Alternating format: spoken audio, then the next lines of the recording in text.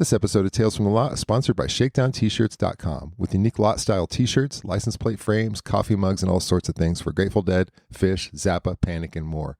ShakedownT-shirts.com, where all U.S. orders over $35 ship free. And just for Tales from the Lot listeners, use the code LOT20 for 20% off of any order. That's LOT20. Episode 0205, The Circus is in town. My guest Aaron Okerson's here to talk 9/15/21, Dead and Company at Deer Creek, and in the second half I take a deep dive into Deer Creek 95 and the fence crash. Here we go.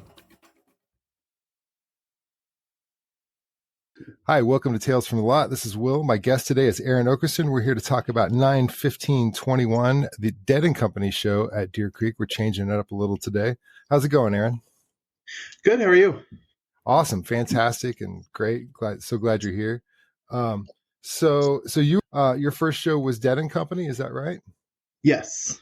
Yeah, kind of a recent one. And so where did you come from musically that got you there? So you're a younger person than myself, so yeah. So growing up, my parents were really into Bruce Springsteen. They're huge Springsteen fans, and my dad always listened to the classic rock station here, which is 104.5, and he then has switched to like classic country, so I had a lot of both of those influences.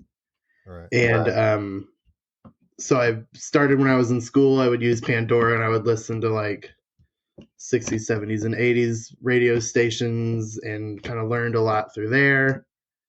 And that's kind of where I mean, I've heard of the Grateful Dead. Everybody's heard Touch of Grey. Like there's not a person who hasn't.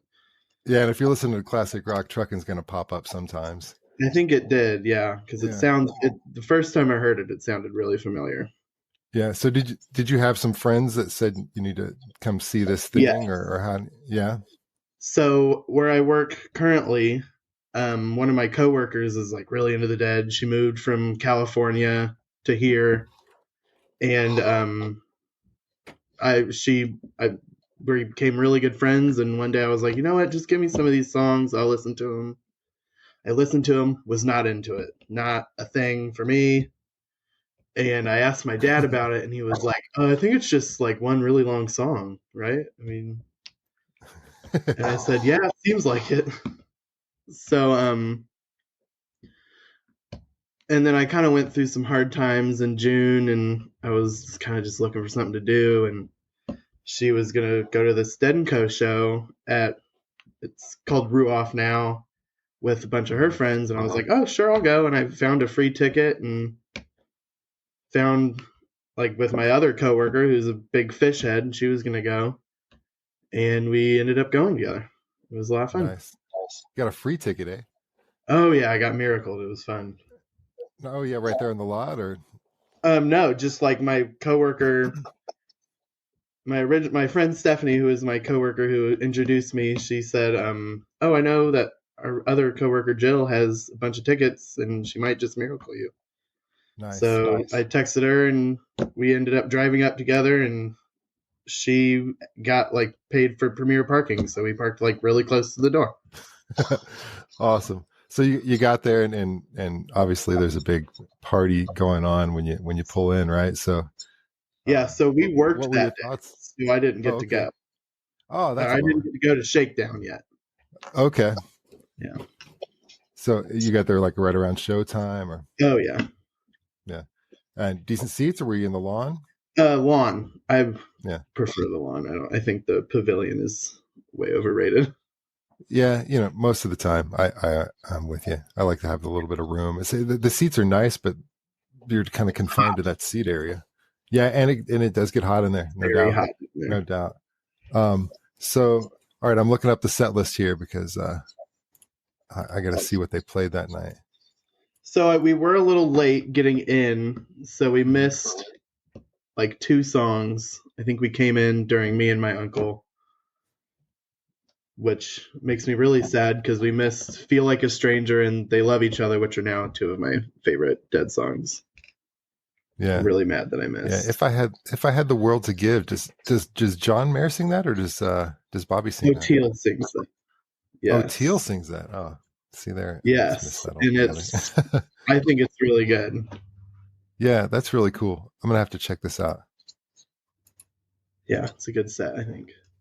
I showed up there and I immediately double fisted because I was like, I don't know what I'm getting into. I had to go get 2 drinks and I downed them really quick, and I ended up peeing through half of this set list as well, or getting water. But the times you were out there, though, I mean, was it life changing that first time? I mean, how many times have you gone back since then? Like, yeah, I have not seen a Dead & Co since, but I have seen a cover band, Hyryder, and I've seen them probably 5 or 6 times. And it was pretty life changing. For a little bit, I was like, I still don't know if this is for me, but Bobby sang "A Hard Rain's Gonna Fall," and I was like, oh man, this guy is like, he's up there, he's doing great. I thought that was probably the moment that I was like, oh, this is for me. This is good. Yeah. Were you're a Dylan fan before? Yes, I've heard, the normal Dylan songs. I actually, right before that song had started, I said, do they ever do any covers? Kind of thinking maybe, I might hear some other song that I know that's not theirs. But, and then they start into a cover. It was great. Yeah, that's cool. Yeah, that's a great Dylan song too. I love that song. Yeah. So, okay. So you're talking about Hyryder. Where do they play at around Indy? Do they, what? They normally do the Mousetrap. Okay. Which is a little fun spot, but I've seen them at the Hi-Fi, which is in Fountain Square, and they have this it's called the Hi-Fi Annex. It's literally it feels like you're going to a speakeasy because you're walking around all these buildings, and then you go to the back, and it's just this big open corridor. It's pretty fun. But they normally play at the Mousetrap. Yeah, I've heard of that place. It's been around a while, right? I know I moved out of there 2000, and I'm not sure if it was there yet. I don't remember. I think the sign says it's been around since 1957, but I doubt it was the Mousetrap in 1957. Obviously. Right. Yeah. Maybe, I'm gonna have to look into that. Maybe we could check. So Hyryder? Are they like a local band around the Midwest? I don't. Yeah, they're pretty local. They do a lot of Illinois. They're from here, so they do a lot here. They had a show in Bloomington a few weeks ago that I went to, and that was an amazing set list, almost life changing. Do they mainly stick to Dead covers, or do they do other? They do. They do Bob Dylan. They do a lot of Allman Brothers too. Every once in a while, they did Whipping Post one time. I saw them. They also do JGB, which I'm really getting into lately. What else have they? I think they normally just do Dead, JGB, and Bob Dylan, and they do Allman Brothers every once in a while. Cool. Yes, kind of standard Dead cover fare. That's awesome though. I'll have to check them out. We were talking earlier, a buddy of mine posts on Facebook about them all the time, and I've seen some clips in here and there, and yeah, they sound really good. Yeah. So I'm looking more down this Dead & Company set list. It looks like they played a Dark Star. That was definitely interesting. I definitely was in the bathroom for that, but I could still hear it, and I was like, "What the hell am I listening to right now?" Nice. I remember St. Stephen. My friends that I was with said that was the first time they had played it in a while. I haven't actually looked into that. I don't really know, but that is also one of my top favorite songs. Yeah, that's a great song. I'm looking. It says they played it 2 times that year. So. Oh yeah, in my next to friends were at the other show, which was their last show on Halloween. Got it. Are you planning on? Do they have a? Their summer tour's been released, right? Where they're going this summer? I don't think so, unless it's been released 2 seconds ago. Yeah, I don't think so. I know Bob Weir's going around with Wolf Brothers. Wolf Brothers, yeah, that's what it was. I saw. Which he was just here the other day, and my friend Stephanie went, And the original set list had "Turn On Your Love Light," and that has now kind of become my song that I really like to follow. And that's the kind of the song that changed my life. I was like, oh, there's so much now that I have to look forward to.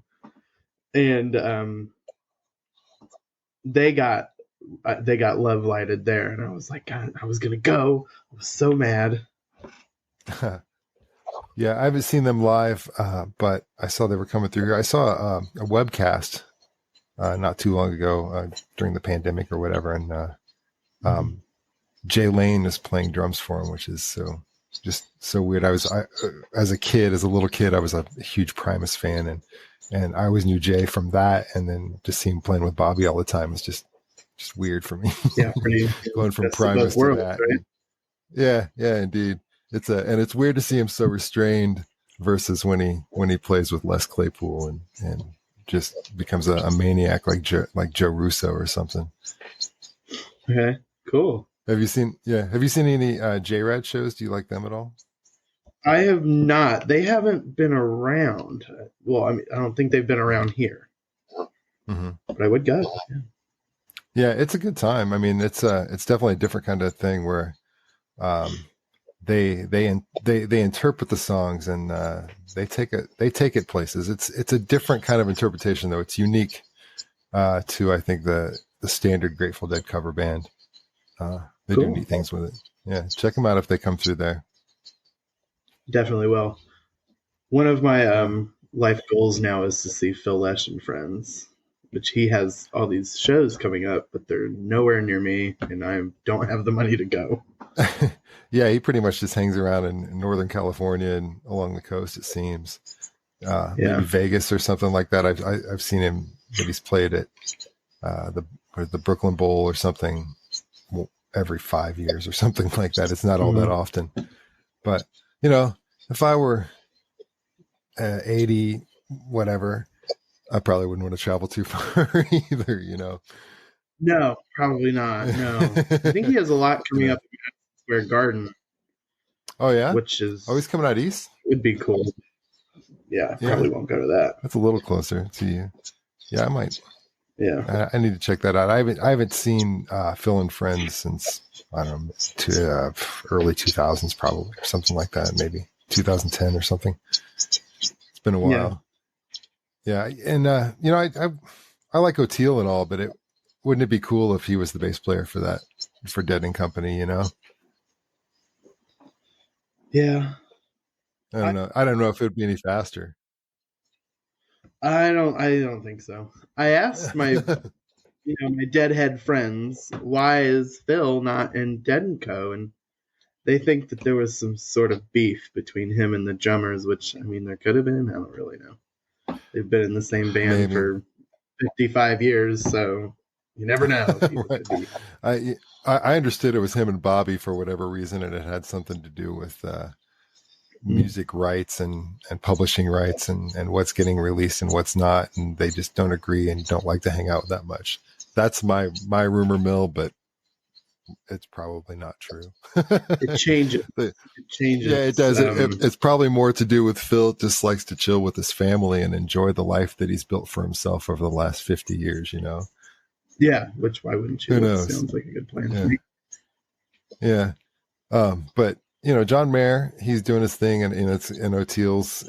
It's cool having young folks in there. I think to keep it energized, and even if they're not speeding it up any, they're still keeping Bobby young and the drummers too.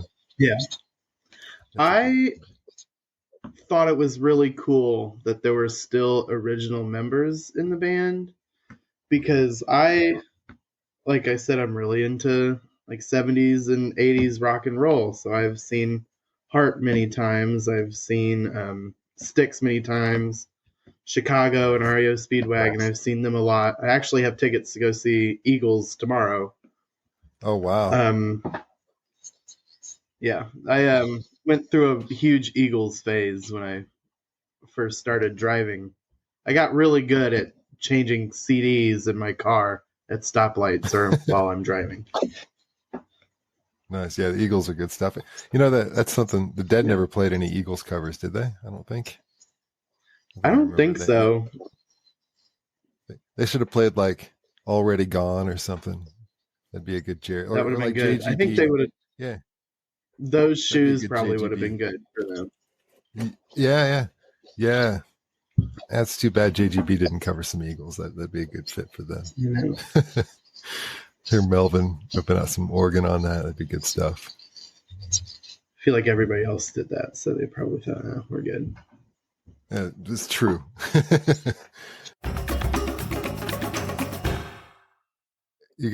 I'm looking more at the set list here. So Death Don't Have No Mercy, Love Light, and Black Muddy River. That's a good song. I actually left. I left right after Love Light because I didn't want to wait in the traffic. So I left and I heard Black Muddy River on my way to the car. And I was like, God, I should have stayed. This is, I think I actually, because I listened to the set list after I sent it, and I was like, oh, damn, I should have stayed. This is such a good jam. Should have stayed. So what, did you go back the next day, or what was that? What was the situation with that night? Was there another show? That was their only show. Oh, they didn't have another, which I kind of found, which I've since found out is pretty weird. Yeah. Usually it's like a 2-night thing or whatever. And when Jerry was with them, they were doing, they're in 90. I think 91 and 92 were 2 nights, and then 93 and 94 were 3 nights. And then I think 95 was only scheduled to be 2 nights, but then the second one got canceled because of the fence thing. Yeah. My really good friend Regan was there, and she was like right by the fence, and she got pepper sprayed. Yeah, it was sad. I was about halfway down the lawn, and it was. I mean, like, yeah, it was bad. So Deer Creek has all that sidewalk and all the restrooms over in concessions. Like, there was no empty space. Like, all that was full. The restroom concession area was full, not shoulder to shoulder, but full. The lawn was full. The aisleway was full. It was insane, and it was dumb, and it. When I went for this show, it was pretty packed. It definitely wasn't that packed, but it was kind of hard to walk through the sidewalks. Which, and of course, you're hugging everybody and you're saying hello to all these people you don't know. For sure. But it was pretty packed. Yeah, This one was sold out, but yeah, once the fence came down, then it was definitely way over sold out, no doubt. Yeah. Yeah, I don't. Wait, they kept going and the fence went down? Oh yeah, so they get through halfway through the first set, and they're playing Desolation Row, and during that song, people are just coming over the fence, and then they just start going through the fence and tearing it down, and the whole band is looking on in horror because you can see it in their face, like as they watch this happen. Yeah, and they finished the setup, and I don't remember. There was maybe 1 or 2 more songs after Desolation Row, and they played a whole second set too. And but yeah, like I said, they left the lights on. I heard later because of a death threat, but I assumed at the time it was just because there were so many people in there now that they just needed, for safety reasons, so people could see where they were going without running into people or whatever. I assumed they just stopped after that. I never knew that they continued. No, they kept going. My dad once told me that him and his buddies used to jump the fence to get into shows for free. I believe it. Before that, there was nothing going on back there. I think there was a small, like, waist-high chain link fence, and or chain link fence rather, and you could jump over it and just run up the hill and get over the fence. And I never tried that because most shows, I don't know, didn't sell out a lot of times, it seemed like, and they weren't that expensive. I mean, I remember going to shows where it was $20 a carload, and my buddy had this giant 70s Blazer that we could fit like 9 people in, and it was $20 for the whole car to go in and see, like, Bad Company, or we saw Styx one time. Awesome. We saw all that era of of rock and roll and damn Yankees and $20, come on in. And That sounds pretty great. It was. And like I was saying earlier, and then like, I was about to go see the Dead in, it was 94 at Soldier Field, and tickets were $32. And I think that was the first time I remember them being over 30. And I was like, what is $32? I can't afford to go. I can't afford to throw down $64 to go see 2 shows, and drive up to Chicago and all that. And that was before fees, because I would go stand in line at Ticketmaster, and just get them for face or whatever. When I got my first job, me and my coworker went to go see Adele, and I paid $400 a ticket. Ow. And it was worth it. I would do it again. It was pretty good. Yeah, I mean, that's epic. I mean, there's only one Adele, for real. My friend lives a few streets over from Ruoff, because now there's things there. It's not just a bunch of empty fields. There's things there. And I'm really hoping she's going to let me crash at her house and just go back and forth. Oh yeah, that'll be easy. Yeah, I've heard all those new tenants there have been complaining about the volume or something coming out of the amphitheater. It's like moving in next to an airport, complaining about airplanes. They're like, come on, Karens will be Karens. You know what's here. You moved in next door to it. Don't complain about it. You got a deal on your house because you live next to an amphitheater. I'm sure, Yeah. So I don't know. People are crazy. So my uncle used to be a taper for the Dead, Fish, and I think he was more Fish and Widespread Panic, but he might have done some Dead at some point. I haven't seen Panic. I've heard him a bit, but not really my thing. Like, just, I don't know, just kind of different. I prefer the Allman Brothers when it comes to Southern rock. Yeah, not a big Government Mule Panic person. Yeah, I don't know. It's the vocals for me. They're just, I don't know, something about it.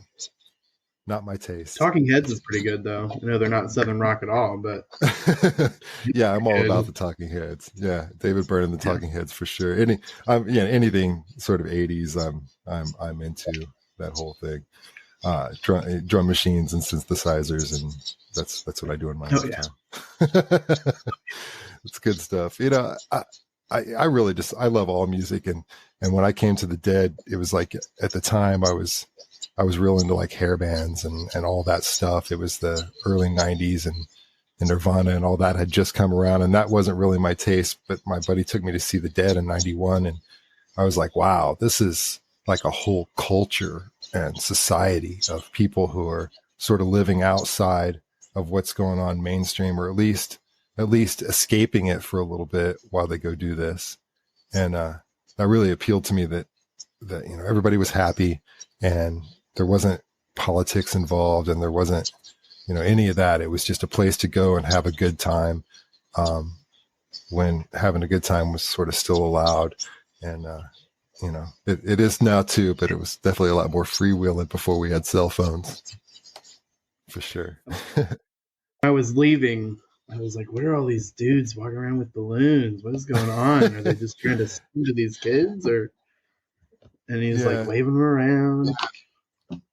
Yeah, $20. Rampant after the show. $20 for a balloon. I had mentioned it at work the next day, and my friend Steph goes, "You idiot! That was nitrous." One time, I was at Buckeye Lake, and my buddy and I had driven there with another friend, and we didn't really. I think this was 93, and we didn't know where we were going to stay, and we were going to find a hotel or a campground or something, and we pull into this gas station parking lot. And this guy just walks up, and there was a few of us cars there kind of talking and figuring out, where we're going to stay for the night or whatever. Nobody we knew, just some other hippies. We figured that out. And a guy came along and said, "Hey, anybody need a place to stay? I know the concert's going on. $20 a car. You can stay in my backyard." And so us 3 cars there or whatever said, yeah, we'll do that. Or maybe it was 4 cars. Paid him our $20, and we followed him down to his house and pulled into his backyard. And there were these 2 girls and these 2 guys, and they were couples. And one of the girls' dad was a dentist, and she had one of those giant tanks, like the ones that are as big as you are, like just like the huge ones. She had taken from her dad's dentist office somehow. And so their boyfriends are like, okay, we're going to go to the liquor store. We'll be back. See you in a minute. So an hour goes by, 2 hours go by, and the dudes never came back. And so one of the girls is like, you guys want some balloons? Cause we got this tank. And so there's like just balloons everywhere all over that yard after like 2 or 3 hours. And finally, like 3-4 hours later, that the boyfriends come back and they're all pissed. Like, what are you doing giving out with this nitrous? And she's like, dude, this is my nitrous. Like, what? He's like, yeah, but this is our tour money. He's like, this is my tour money, she says, not your tour money. You're along with me, and it's my nitrous. And they storm off and never came back. And then one of the friends I was with ends up talking to this girl, and they become a couple, and she ends up moving from Pennsylvania to Indianapolis and to Muncie and living with us. And it turned into a whole dramatic event in the end. But it all started with a big giant nitrous. Yeah, it all started with a big giant nitrous balloon party in this dude's backyard somewhere near Buckeye Lake, Ohio. It turned into a lifelong friendship with somebody. So yeah, it was pretty cool. That's great. Again, this band does that stuff. You meet people that you just know forever, and they're usually unique people on top of it. Yeah. Yeah. The other day was St. Patrick's Day, and I had a Dead shirt on, and I was at my local watering hole, and my cousins came with some of their coworkers, and one of her coworkers was like, "Oh, I love your shirt." And I said, "I'm actually a fan. I'm not just wearing a shirt." And I swear to God, I talked to that guy about fish, goose, ping pong, pigeons playing ping pong. Yeah. The Dead for a good 3 hours.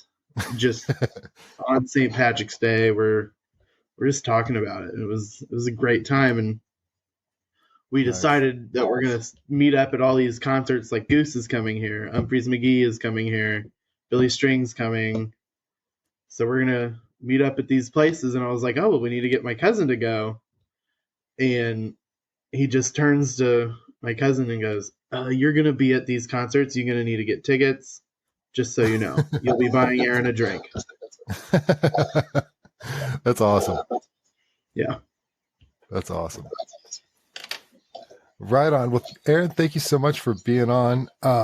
Usually when I wrap this thing up, I ask for like a recommendation or something that's like a book or a TV show or an album or something, like a movie, something that you think is just made you say, wow, and would be, of interest to anybody who's listening.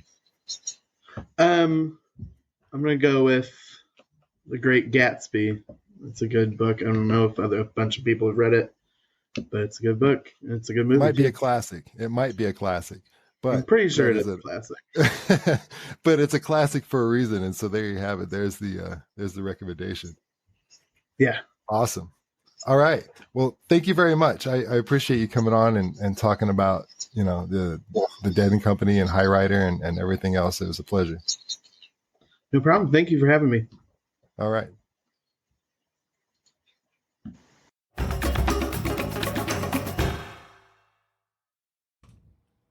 After my conversation with Aaron, it got me thinking about Deer Creek 95 and the fence crashing and the shows that led up to that and after that, and just kind of that whole tour.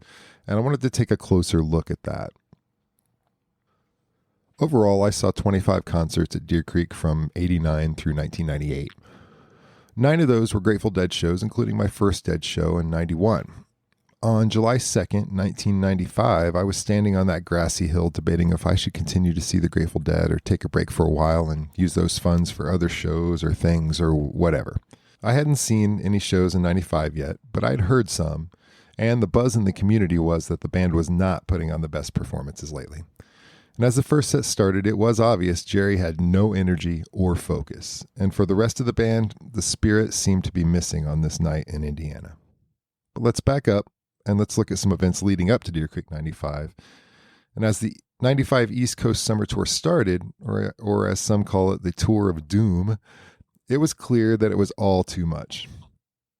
On the first stop, there are various accounts that cite anywhere from 15 to 20,000 people showed up without tickets to Franklin County Airport Field in Highgate, Vermont on June 15, 1995, and that at least 10,000 of those people ended up inside the show. Some say the gate was crashed, but I believe the overall consensus is the gates were opened to prevent injury to any fans and staff and just to stop kind of the stampede that might happen. As the next few tour stops rolled along, Jerry was visibly and audibly falling apart on stage. He needed a break right then. Not after the tour, not in the coming winter, but literally right then. There were still thousands coming out every night without tickets, and noticeably more people were there just to sell to the masses with no interest in the music or intention to go inside. And when the Dead came through, it seems it's as Dylan and later Bobby said, the circus is in town. We continued the string of unfortunate events as the band made a stop at RFK Stadium in D.C. with Bob Dylan as the opener. Just before showtime, 3 concertgoers are struck by lightning outside the venue as they hide beneath a tree for cover out of the rainstorm. Massive crowds were still showing up as the tour moved through Auburn Hills and Pittsburgh, and of course, after Deer Creek, the tour continued on its path of destruction as over 100 people were injured in the St. Louis area when a patio deck collapsed at a local campground that was full of deadheads who were in town for the shows. Additionally, there was also a separate overdose-related death that night. But on this day, I pulled into Deer Creek and remember a lot more people in the lot early in the day than in previous years. And in turn, there was a much heavier police presence. The lot was packed, and as I walked around Shakedown, it had turned into a sprawling metropolis of commerce. There was definitely something strange in the air, a tension or an uncomfortable feeling, for me at least. The crowds had changed a bit in my time seeing the band, and it was starting to feel more like a Jimmy Buffett concert outside than a community with a shared love of this music and spirit. Some say it had been going that direction since the 80s, but I can only speak of 91 through 95, and it was a huge difference. I entered the venue with a few friends and found a spot in the center of the lawn about halfway up. The feeling was slightly better inside, but it still felt off and unusual for some reason, and I realized that no amount of Middle America Beaster Jays was going to fix it. It was just a weird night. Jerry struggled to play guitar and even look up for the first few songs, and by the time they got to Broken Arrow, I'd made my decision that after summer 95, I was going to take a break from the Dead for a while. But it was during the following Desolation Row when 3,000 people, that number according to the police, ran up the hill and began to disassemble the back fence and enter the venue at the top of the hill. I was unaware what was going on until my buddy tapped me on the shoulder and pointed up the hill at the destruction, and pieces of the fence were coming down everywhere, and unbelievably, those on the inside were helping break the wall and helping the people come over. It was just a deluge of people in an already sold-out concert, and you could see the plumes of tear gas wafting up in the sky behind them up in the background.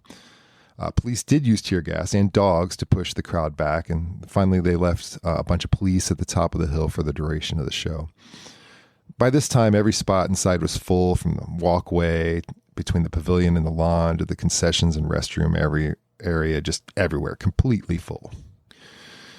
The band could easily see what was happening, and I will never forget the sad and mystified look on Bobby and the rest of the band as they watched. I can't even imagine the things they were thinking that was going through their head, with the Highgate so recently happening, and who knows. But Tennessee Jed and Let It Grow wrapped set 1, and I was certain they were going to cancel the rest of the show. However, they did return for a second set with full house lights on the entire time, like full bright lights. In the moment, it seemed obvious that the bright lights were because of the fence crashing. However, we all later found out that they had planned to keep the house lights on already due to death threats that had been phoned into the venue. According to Grateful Dead publicist Dennis McNally, these threats were phoned in by a disturbed person who blamed Jerry for stealing his girlfriend, metaphorically, literally, or otherwise. Jerry, by the way, wasn't worried, or maybe he just didn't care. The second set had a few timely and well-placed songs in Victim of the Crime, It's All Too Much, and New Speedway Boogie. It was surprisingly peppy and energetic musically, likely due to the band feeling a little anxious and on edge about the events. That strange feeling in the air, though, from earlier in the day, it was still there and only intensified as we exited the show and filed out to a massive police presence and seeing the busted fence from the outside and feeling of confusion and disbelief at what we had all just seen. 17 people involved with the storming of the fence were arrested. There were also reports that so many people came that day without tickets that some with tickets to the show were not able to enter the sold-out parking lot and were forced to park roadside, outside the venue, and then walk in. They returned after the show to find that their cars had been towed for being illegally parked. News reports cited that over 150 cars were towed near Deer Creek that evening. It was all over the news the following morning that the show had been canceled for night 2, and the band put out this message to all of us. It starts with the heading, "This darkness got to give." Dear Deadheads, this is the way it looks to us from the stage. Your justly renowned tolerance and compassion have set you up to be used. At Deer Creek, we watched many of you cheer on and help 1,000 fools kick down the fence and break into the show. We can't play music and watch plywood flying around endangering people. The security and police whom those people endangered represent us, work for us. Think of them as us. You can't expect mellow security if you're throwing things at them. The saboteurs who did this can only do it if all deadheads allow them to. Your reputation is at stake. Don't you get it? Over the past 30 years, we've come up with the fewest possible rules to make the difficult act of bringing tons of people together work well. And a few thousand so-called deadheads ignore those simple rules and screw it up for you, us, and everybody. We've never before had to cancel a show because of you. Think about it. If you don't have a ticket, don't come. This is real. This is first a music concert, not a free-for-all party. Secondly, don't vend. Vending attracts people without tickets. Many of the people without tickets have no responsibility or obligation to our scene. They don't give a shit. They act like idiots. They think it's just a party to get as trashed as possible. We're all supposed to be about higher consciousness, not drunken stupidity. It's up to you as deadheads to educate these people and to pressure them into acting like deadheads instead of maniacs. They can only get away with this crap if you let them. The old slogan is true. If you're not part of the solution, you're part of the problem. Want to end the touring life of the Grateful Dead? Allow bottle-throwing gatecrashers to keep on thinking they're cool anarchists instead of the creeps they are. Want to continue it? Listen to the rules and pressure others to do so. A few more scenes like Sunday night and we'll quite simply be unable to play. The spirit of the Grateful Dead is at stake and we'll do what we have to do to protect it. And when you hear somebody say, "Fuck you, we'll do what we want," remember something. That applies to us too. And then it's signed here at the bottom. Billy, Jerry, Phil, Mickey, Bobby, Vince, the whole group. So that's pretty heavy stuff. I'm just going to leave you with one more comment. Keller was right. Gatecrashers suck.